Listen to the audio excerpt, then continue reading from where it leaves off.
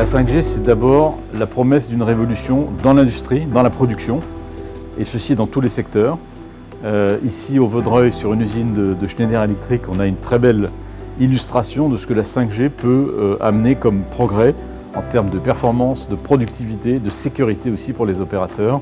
Le digital et finalement la capacité à connecter tous les objets dans une usine, que ce soit les machines d'une ligne de production, que ce soit mettre des capteurs de température, de pression, soit la mesure de l'efficacité du bâtiment en tant que tel.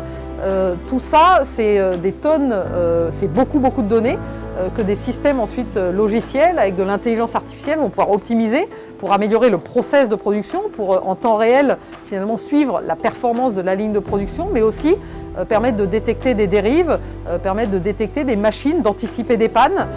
Et donc c'est des gains qui vont jusqu'à 50% en termes de consommation énergétique dans un site industriel. En moyenne, on parle plutôt de 20% grâce au digital. La 5G, elle va aussi avoir beaucoup de nouveaux usages, elle va permettre de nouveaux usages dans beaucoup d'autres domaines, moins dans l'industrie de production, mais dans les services.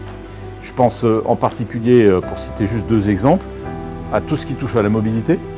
Ça va du transport ferroviaire au transport de containers sur un porte-container, à la mobilité dans les villes. Et puis peut-être un dernier volet qui est important justement aussi en regard des débats actuels sur la 5G, c'est tout ce qui est l'efficacité énergétique, la performance énergétique, la performance environnementale. La 5G en fait va permettre d'améliorer de façon très substantielle la maîtrise de notre empreinte environnementale, la connaissance de notre empreinte environnementale.